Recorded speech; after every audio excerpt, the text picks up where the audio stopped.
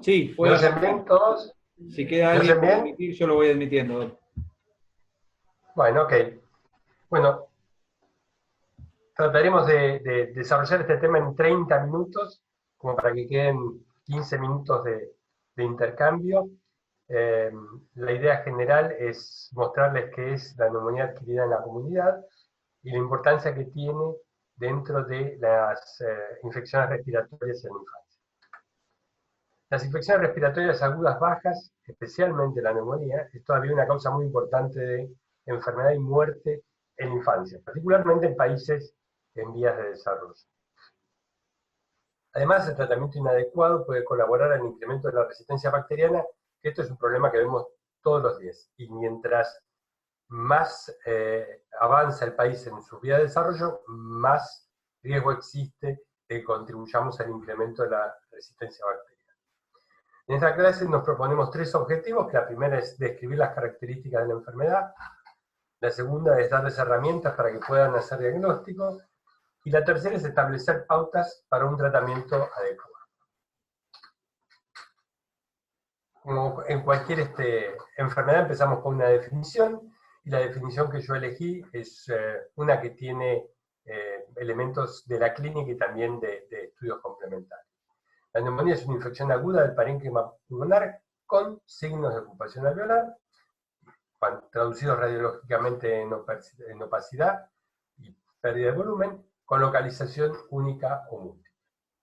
Es muy importante saber que en menores de 2 años, la presencia de tos, fiebre, taquipnea y tiraje, es decir, retracción intercostal, son indicadores muy fieles de neumonía. Y traigo esta colación porque la Organización Mundial de la Salud basa su definición en elementos estrictamente clínicos. Es importante que tengan en cuenta que en pediatría la causa más frecuente de neumonía adquirida en la comunidad, en lactantes, en los menores de 2 años, es la etiología viral. Y habitualmente los involucrados son los mismos agentes que ocasionan bronquiolitis. Virus incisional respiratorio en primer lugar, y después tendrán adenovirus, metaneumovirus humano y otros virus. La presencia de patógenos bacterianos dependen de la edad, del estado de vacunación del paciente y la presencia de enfermedades de base. En el primer mes de vida es importante agrupar o tener en cuenta la posibilidad de encontrar diversos patógenos en relación a la edad de los pacientes. Si en los primeros meses de vida, cuando hablamos de neumonía bacteriana, estreptococo son mucho más frecuentes, lo mismo que las bacterias gram negativas. Pero esto, repito, se limita al periodo neonatal, primer mes de vida. De ahí en adelante, los virus son más frecuentes, pero de las bacterias empiezan a aparecer el neumococo y Haemophilus influenza. Finalmente, el Mycoplasma pneumoniae, que aunque a veces se lo cuesta clasificarlo, es una bacteria, es una bacteria, lo empezamos a encontrar a partir de los 4 o 5 años de edad. Es un microorganismo en el preescolar tardío o en el escolar.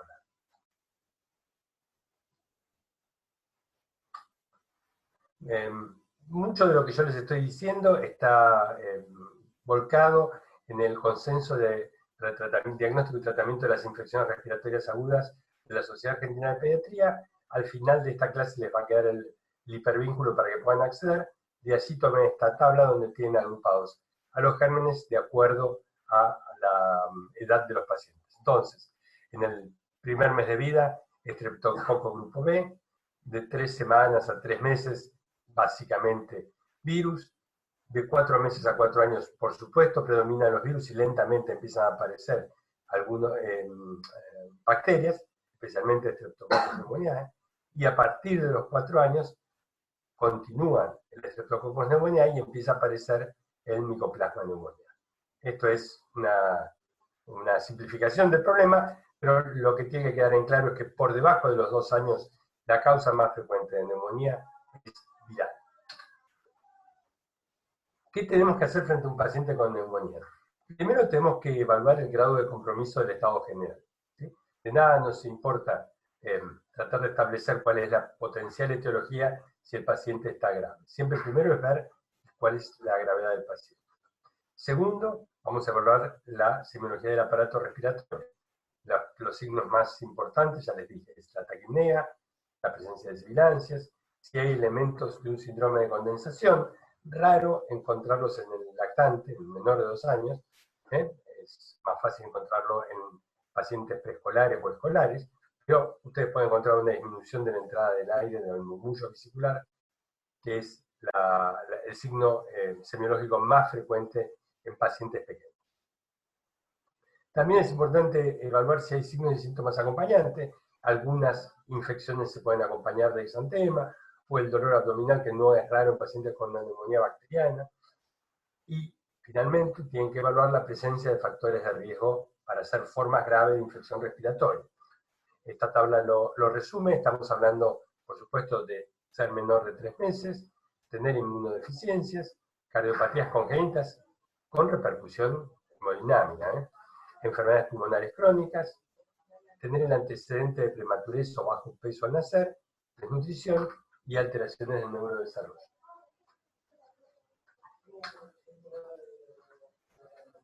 Lo importante que tengan en cuenta es, cuando llega el momento del estudio complementario, es que la sospecha diagnóstica de la neumonía en la infancia es eminentemente clínica. ¿Sí? Nos vamos a guiar por la semiología del paciente. Taquipnea, dificultad para respirar, eventualmente disminución del murmullo vesicular localizado, como decía recién. Sin embargo, algunos estudios complementarios nos pueden ayudar y en algún momento nos pueden ayudar a tener un manejo más oportuno, como vamos a ver. El primer estudio complementario que les planteo es la radiología. Si bien la Organización Mundial de la Salud insiste en que la radiografía de tórax no es imprescindible para manejar a un paciente pediátrico con neumonía, y todos estamos de acuerdo con eso, no ayuda tampoco que la radiografía de tórax nos va a ayudar cuando ésta esté disponible. En los que requieran hospitalización, la placa de tórax siempre es conveniente. Nos va a permitir un diagnóstico más preciso y nos va a permitir sobre todo seguir un paciente que es grave debido a que requirió hospitalización. Siempre vamos a manejarnos con una radiografía de frente, solamente radiografía de frente, y vamos a pedir el perfil cuando hay duda diagnóstica o tengamos algún requerimiento particular. Nunca pedimos par radiográfico de entrada. ¿Cuándo lo vamos a pedir? Lo vamos a pedir al ingreso, cuando tenemos dudas para la conducta que vamos a tomar. Y solo vamos a repetirla si la evolución no es favorable. Nunca vamos a hacer para verificar que el paciente se curó. Solo para ver si está andando mal, si hay alguna causa subyacente. Ante la sospecha clínica de neumonía bacteriana, es importante recordar que si no podemos obtener una radiografía de tórax, nunca debemos retrasar el inicio del tratamiento en búsqueda de este estudio complementario.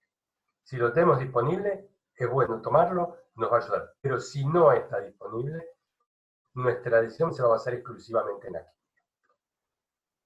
Si bien muchos dicen que la capacidad que tiene la radiografía para ayudarnos en el diagnóstico etiológico, es decir, para decidir si la infección es bacteriana, es viral, o es viral, y por lo tanto si necesita o no antibióticos, es muy limitado.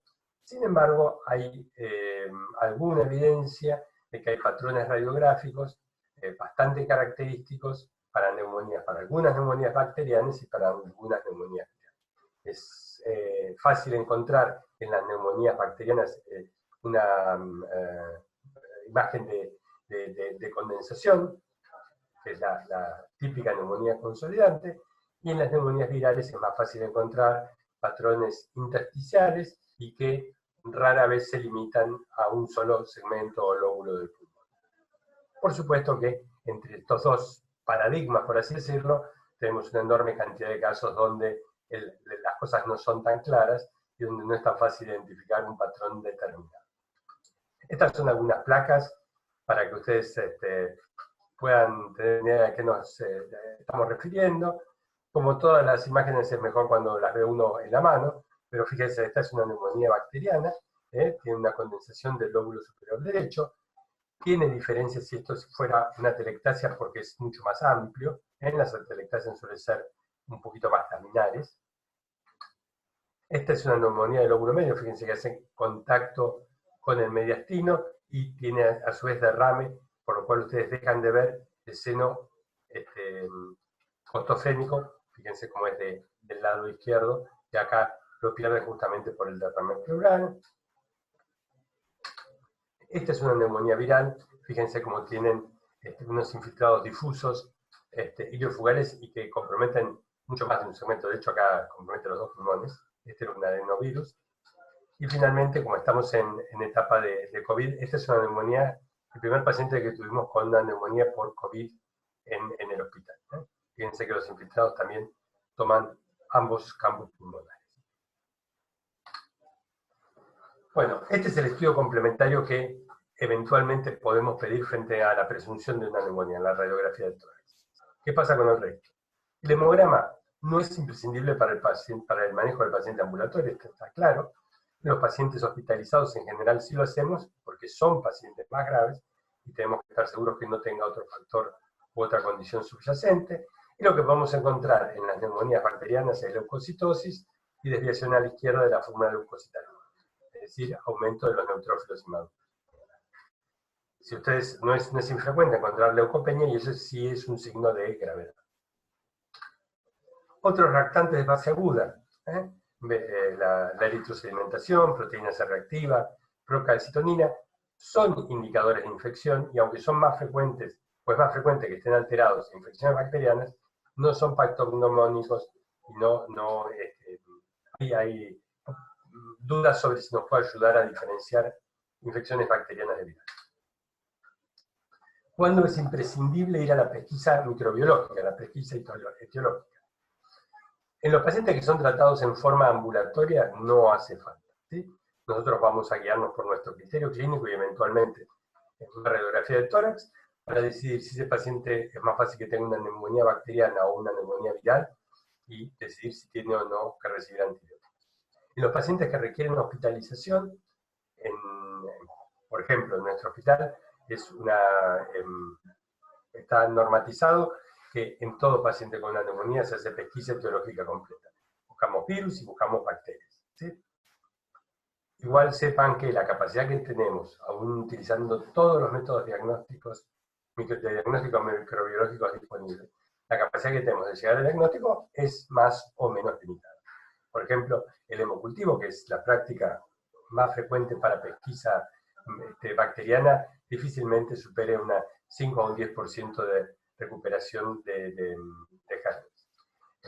Es cierto que con la disponibilidad de pruebas de diagnóstico molecular, nuestra capacidad de identificación de virus y bacterias se ha incrementado, reacción en cadena de polimerasa, pero también nuevamente aparece como estas se toma a partir de muestras respiratorias, empieza a aparecer la duda si el agente etiológico, o el microorganismo que identificamos, es un agente etiológico o es simplemente un contaminante. Así que no siempre nos aclaran todo lo que querríamos.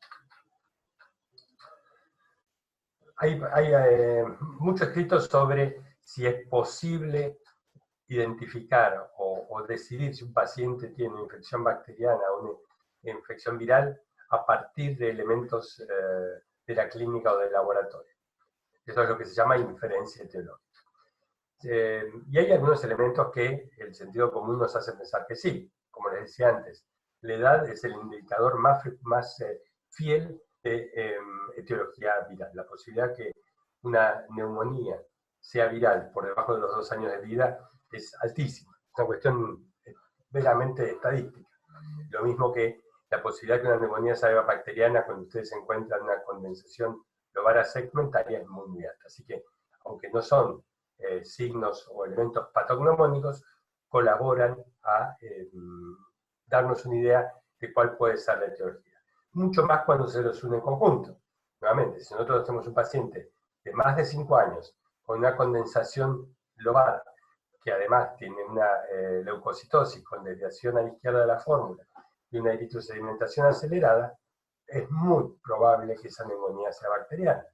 en la otra punta del espectro, si ustedes tienen un paciente de 3 meses que tiene un infiltrado difuso, que tiene sibilancias, que no tiene disminución del músculo vesicular localizado, que está en invierno en la ciudad de Buenos Aires, y que tiene una leucocitosis con incremento de linfomonocitario, es mucho más probable que se trate de una neumonía viral.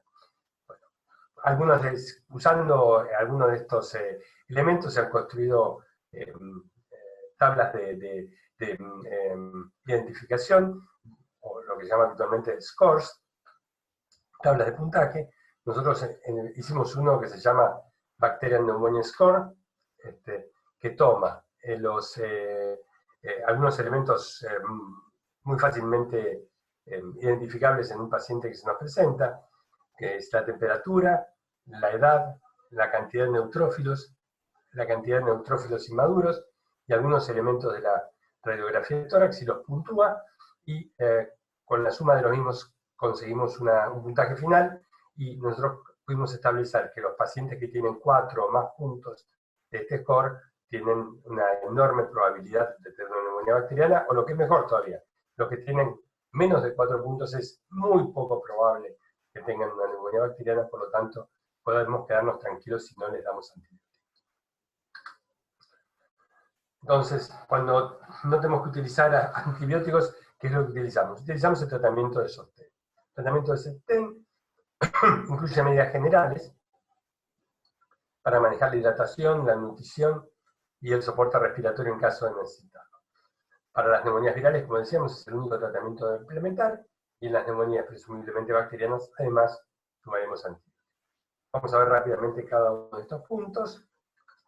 En la hidratación, en un paciente que se maneja en forma ambulatoria no hay que hacer absolutamente nada, más que asegurarnos que pueda tomar líquidos por boca, ¿sí? Para garantizar que se mantenga hidratado. Cuando el paciente requiere internación, vamos a tener el mismo criterio. Si puede tomar líquidos por boca, nos aseguraremos que los tomen, y si no puede tomar líquidos por boca por cualquier motivo, incluso por la dificultad respiratoria, nos aseguraremos que reciba por vía parenteral la cantidad de agua y líquidos que se denomina habitualmente necesidades de mantenimiento estandarizadas, es decir, lo que cualquier paciente de esa edad o de ese tamaño requiere.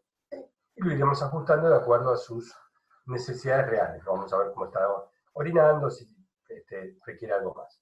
Por supuesto que si el paciente ingresará deshidratado, inicialmente se le va a dar la cantidad de líquidos para corregir esa deshidratación. Esto no es habitual en las neumonías. Es fácil que estos pacientes tengan fiebre, así que si presenta fiebre, hipertermia, vamos a recurrir a los antitérmicos habituales, como por ejemplo el paracetamol, o cualquier otro que ustedes quieran. Con respecto a la kinesioterapia, es importante tener en cuenta que los pacientes con neumonía no suelen requerir kinesioterapia. Es más, para algunos estadios de neumonía no complicada, la kinesioterapia no solo puede ser inefectiva, sino que hasta puede ser incómoda para el paciente. Así que solamente se indicarán en condiciones muy, muy particulares, que serán evaluadas en cada caso. Pero como norma, la kinesioterapia no está indicado en las neumonías de infancia. Con respecto a la oxigenoterapia, es importante destacar que en las neumonías bacterianas es muy poco frecuente que los pacientes requieran oxígeno suplementario, mientras que en las neumonías virales no es excepcional que esto suceda. Nos vamos a guiar por la saturación de oxígeno. En este momento, el límite que estamos utilizando para indicar oxígeno son saturaciones inferiores a 94. Esto es discutible, hay otras instituciones que utilizan un límite de 92. Lo importante es que si nosotros encontramos una mecánica ventilatoria alterada y una disminución de la saturación de oxígeno que se mantiene de forma constante, el oxígeno va a colaborar en que el paciente tenga una mejor mecánica respiratoria.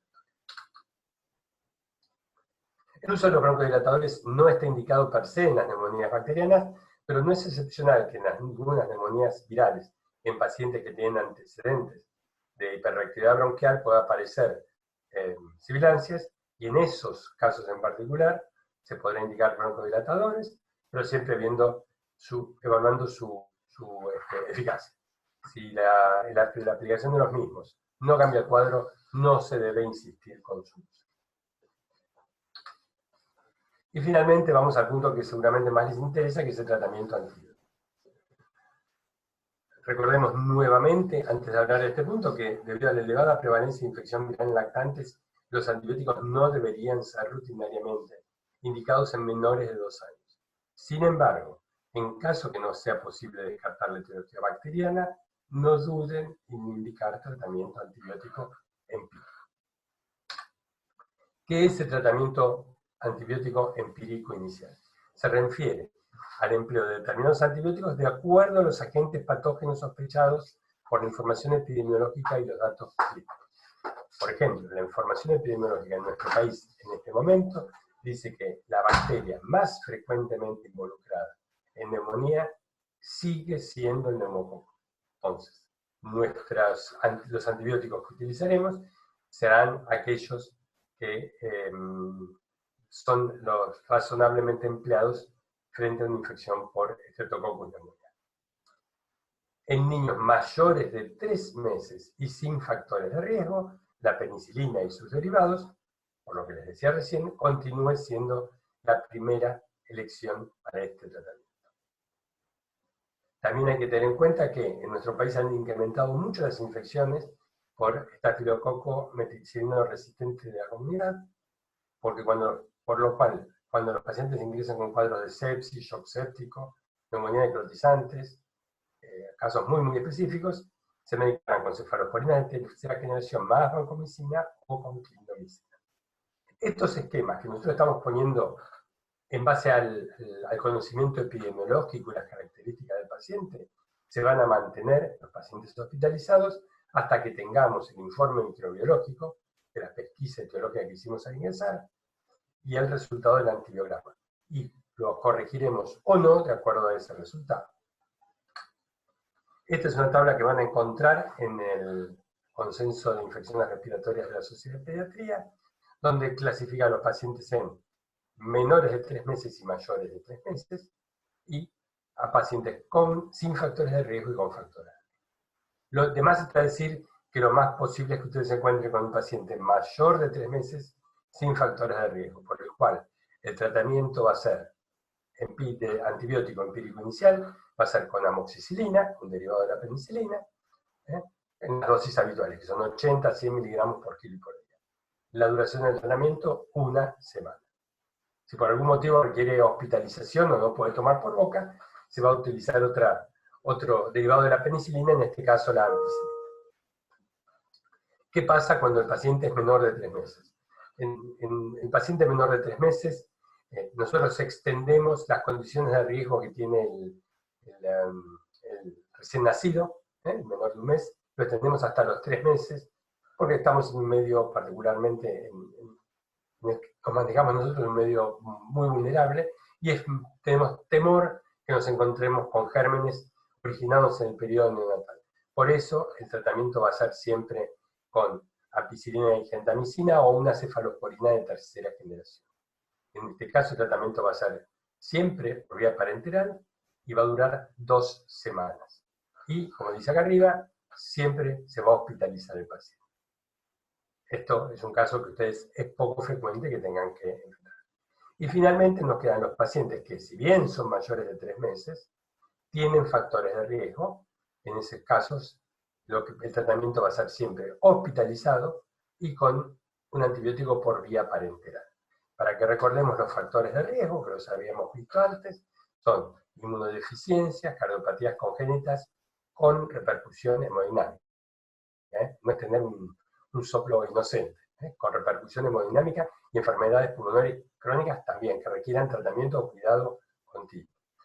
El antecedente de ser prematuro bajo riesgo, esto solo se considera durante el primer año de vida como un factor de riesgo, la desnutrición por cualquier motivo y las alteraciones del neurodesarrollo.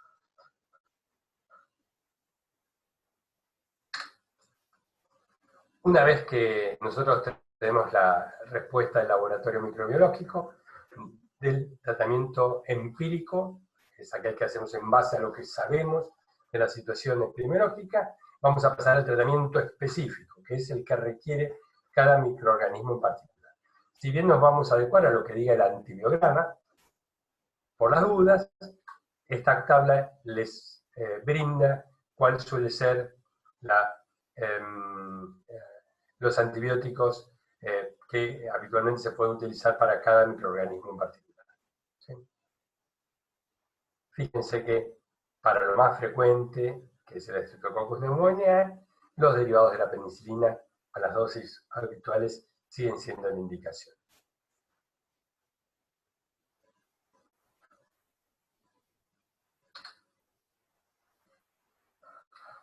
¿Cuándo hospitalizar y cuándo no hospitalizar? ¿No? Ya hablamos cuándo tratar con antibióticos y cuándo no tratar con antibióticos, y ahora cuándo requieran hospitalización y cuándo no.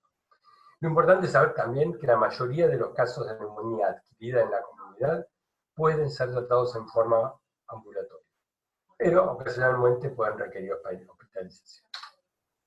¿Cuándo los vamos a hospitalizar? Los vamos a hospitalizar los menores de 3 meses, aquellos que tienen una dificultad respiratoria moderada a grave, tienen una alteración significativa de la mecánica respiratoria, obviamente cuando ustedes se encuentran en insuficiencia respiratoria definida por gases en sangre.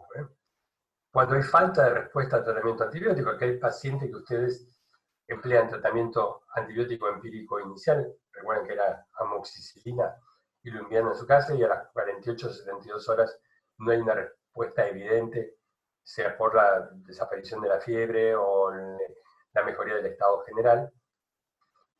En cuarto lugar, cuando hay alteración del sensorio, cuando hay descompensación hemodinámica, por supuesto, cuando hay rechazo o imposibilidad para alimentarse, por el motivo que fuera, cuando hay presencia de factores de riesgo de los antes mencionados para formas graves de infección respiratoria, cuando hay formas complicadas de neumonía, cuando hay necrosis, derrame o absceso, o cuando hay una progresión muy rápida. Y por último, habría que agregar acá cuando ustedes no tienen la garantía de que el paciente o su familia va a cumplir el tratamiento adecuadamente si va a ser en forma ambulatoria. Eso es una circunstancia que en nuestro hospital a veces no se encuentra. Si bien coincidimos en que la mayoría de estos pacientes pueden ser tratados en forma ambulatoria, y es muy bueno, el hospital no es un lugar para los niños están mucho mejor en su casa, así que siempre que podamos vamos a intentar que sean tratados en forma ambulatoria. Es fundamental que podamos garantizar un adecuado seguimiento. Entonces, hay que controlarlo en forma periódica, el control tiene que ser las primeras 48 horas, dentro de las primeras 48 horas, y luego cada 48 o 72 horas hasta la alta definitiva, que va a ser cuando haya terminado el tratamiento.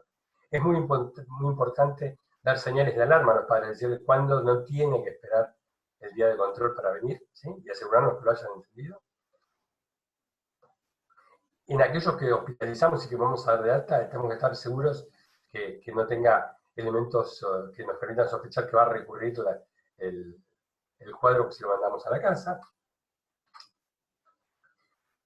Las que nos pueden hacer pensar en eso o que va a presentar complicaciones son los que tuvieron derrame, los que tuvieron fallo respiratorio, las formas necrotizantes, los neumotórax, abscesos, sepsis, etc. En esos pacientes, al darles el alta, vamos a ser mucho más cuidadosos en asegurarnos que entendieron cuáles son los factores de alarma y lo vamos a seguir mucho más de cerca. Ya estamos llegando a lo prometido a la media hora de exposición y entonces vamos a la conclusión. En lactantes y en preescolares, los virus son la causa más frecuente de neumonía, por lo que el tratamiento antibiótico tiene que ser evaluado en cada caso en particular.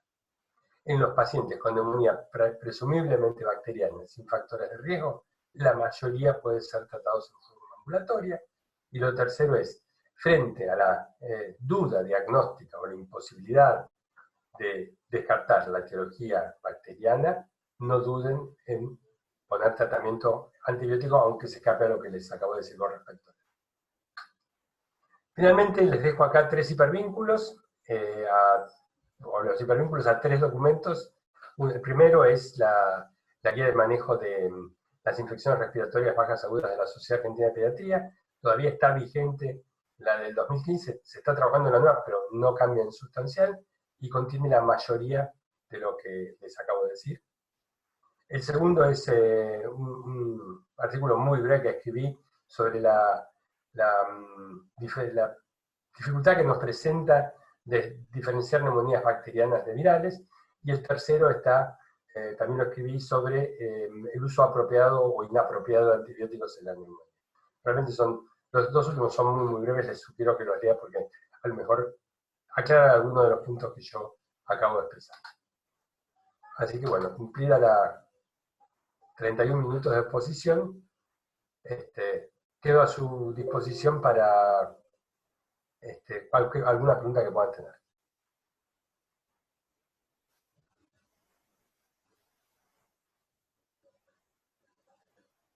Tengo una consulta. Sí, te oigo. Ya. No entiendo bien cómo es, o sea, en qué pacientes no doy antibiótico, o sea, cómo me aseguro que no es bacteriana si no busco, o sea, no hago el diagnóstico etiológico en los chicos. Entonces, ¿cuándo realmente no le doy antibiótico? O sea, como que me queda como ahí un... Sí, no. Quédate tranquila porque no es fácil, si no hubiera usado 30 minutos para tratar de explicar ese punto. El punto es este. Ante la menor duda, y de hecho así lo plantea casi todo el mundo, particularmente los países industrializados, si tenés duda, usás antibióticos. Pero si tenés muchos elementos que te permiten pensar que es viral, y el paciente está en buen estado general, vos podés esperar 24 horas y decir, mire señora, venga mañana, lo vuelvo a ver. ¿Cuáles son esos elementos? Que sea menor de 2 años, que estés en invierno, que no tengas síndrome de condensación, ocultatorio o en la radiografía. Si vos no tenés ninguna de esas cosas, te repito, estás en invierno donde la circulación viral es muy, muy alta, es mucho más frecuente que sea viral, y si el paciente está en buen estado general y vos tenés garantía que va a volver a control, decís, señora, mañana vuelva que lo vuelvo a ver. Esto es muy importante porque nosotros habitualmente explicamos medicina pensando en un paciente hospitalario de bajo nivel socioeconómico, complicado en su vida, y yo en mi consultorio todos los días veo estos cuadros, y habitualmente no uso antibióticos. Conozco a los pacientes, los conozco desde que nacieron, sé que lo más probable es que tenga una infección